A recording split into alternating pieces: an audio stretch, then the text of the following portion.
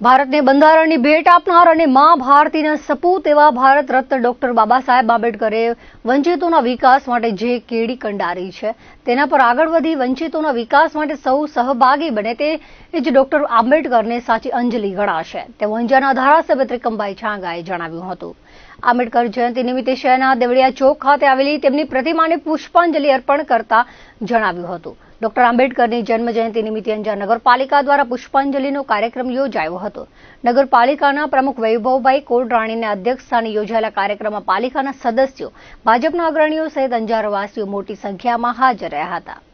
સૌપ્રથમ તો આ દેશને બંધારણની મહાભૂલી ભેટ આપનાર મા ભારતીના સપૂત અને સમગ્ર વંચિત સમુદાયનું ગૌરવ એવા ડોક્ટર બાબા સાહેબ આંબેડકરજીની 135મી જન્મજયંતિ પ્રસંગે સૌપ્રથમ તો ડોક્ટર બાબા સાહેબ આંબેડકરને હું હૃદયપૂર્વકના શ્રદ્ધાસુમન અર્પણ કરું છું। અંજારને લાગે વળગે ત્યાં સુધી અંજારની જનતાએ આજના દિને ડોક્ટર બાબા સાહેબ આંબેડકરને ખૂબ મોટી સંખ્યામાં ઉપસ્થિત રહીને ડોક્ટર સાહેબને શ્રદ્ધાંજલિ આપી છે અને એટલું નહીં પરંતુ આવતા દિવસોમાં ડોક્ટર બાબા સાહેબે જે કેડી કંડારેલી છે ખાસ કરીને વંચિત લોકો માટે એ દિશામાં પ્રયત્ન કરવાના પણ આજે ઉપસ્થિત સૌએ શપથ લીધા છે।